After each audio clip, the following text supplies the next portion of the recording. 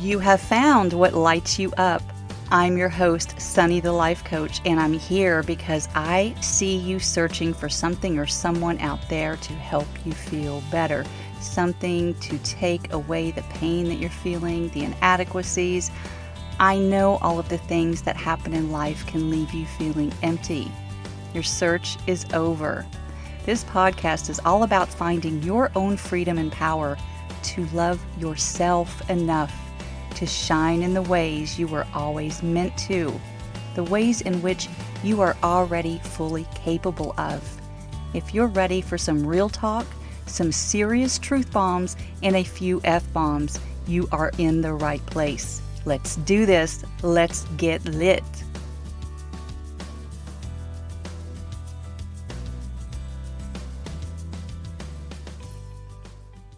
Hey there and welcome.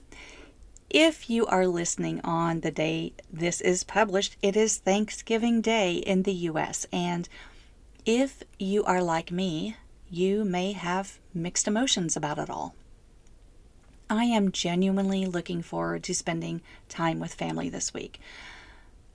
I am also fully aware that the narrative around this celebration and the traditions have been a complete spin. Like we learned when we were kids that this day of giving thanks is to honor the historical context of the pilgrims or settlers, meaning colonizers, and the natives coming together for a feast.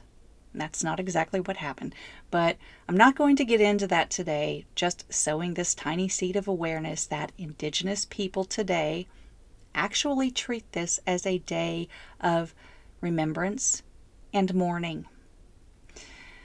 That said, how do we balance the awareness of things that may have been awful with creating the best experience possible in the moment through presence? I am called to speak to this today because I have found myself on this journey, and perhaps you may be traveling a similar path. It's not about trying to resolve the past or to repay a debt on a societal level. It's about an awareness that this life, is more enjoyable when you are present with the moment that you are in right now. Instead of reliving your bad memories, harboring resentment toward others who have wronged you, or dwelling upon the guilt for the ways in which you may have wronged others. This is a day that we are encouraged to give thanks, to extend gratitude, and to be kind to one another. It is at the forefront of our awareness because it's on the calendar as a national holiday. We are entering the season when we really step up our game and donate to the food pantries and volunteer within our communities if that is what we are called to do. The thing is, we can actually do this on any day. We could in fact, access this every day. We could do this year-round.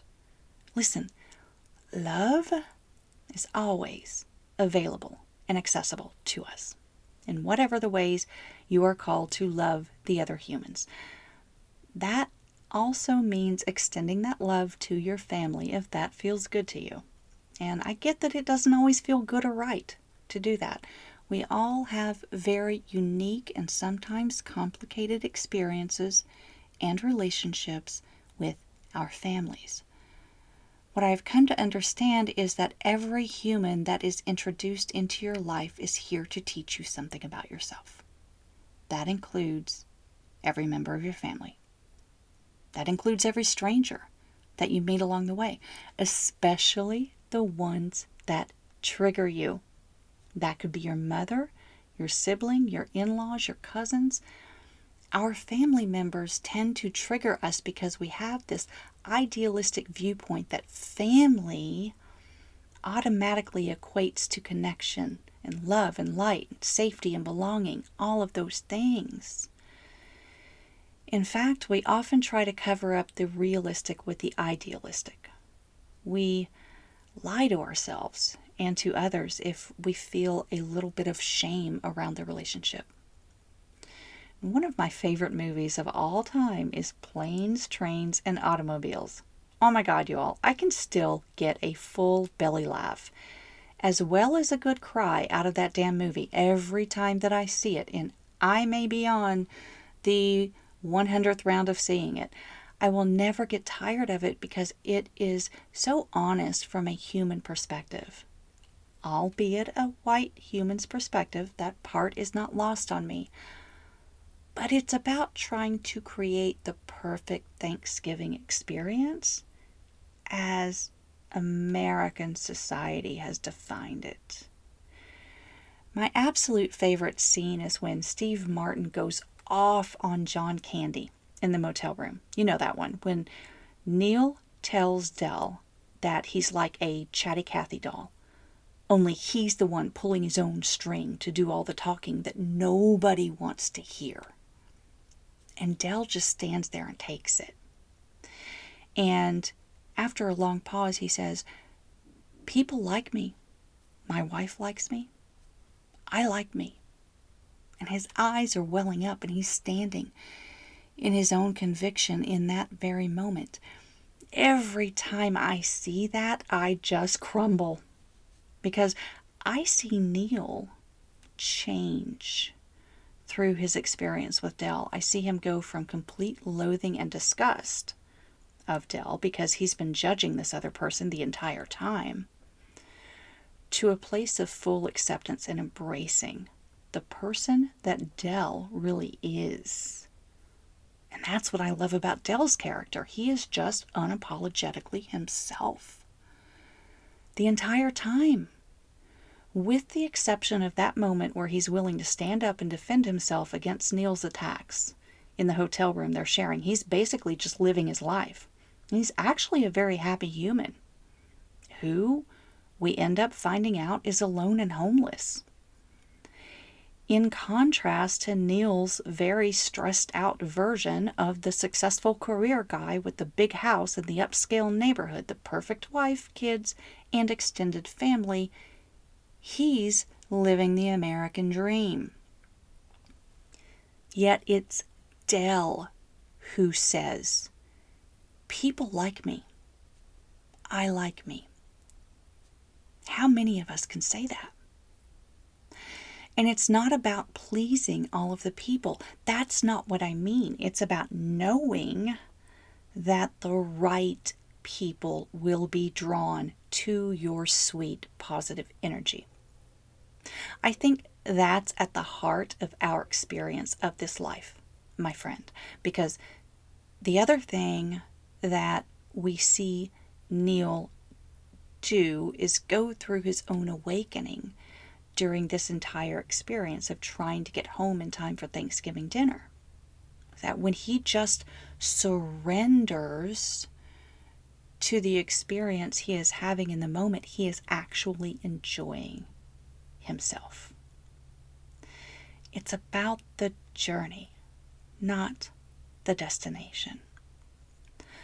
When he stops resisting Del, and when he stops trying to get Del to be the person that Neil himself wants Del to be, when he just accepts who Del is, then he sinks deeper into the knowing of who he himself is. That movie is fucking brilliant. I am just saying.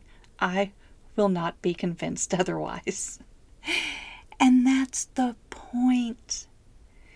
Neil is desperately trying to show Del how flawed he is, and Del is not having it. Instead, he's saying, "I like me." He is present. He is living life.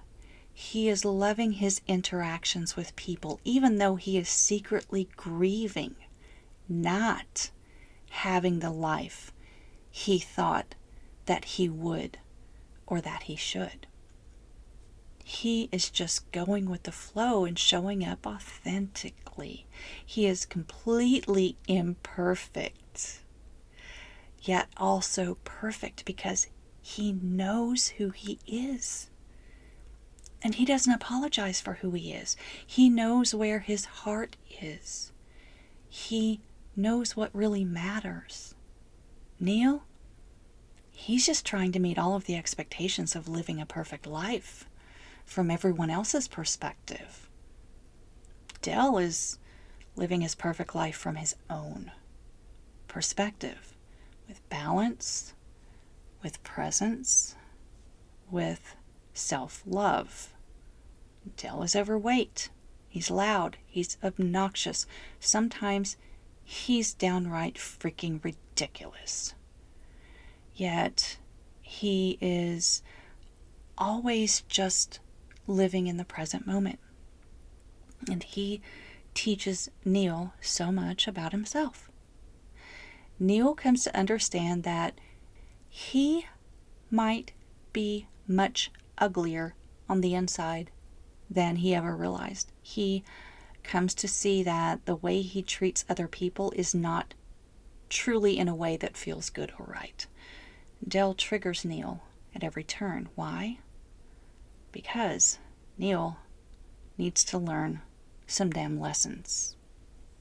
Now, on the day that you are hearing this, whatever day that might be, I want you to ask yourself if you are truly living your life in the way that feels good and right for you.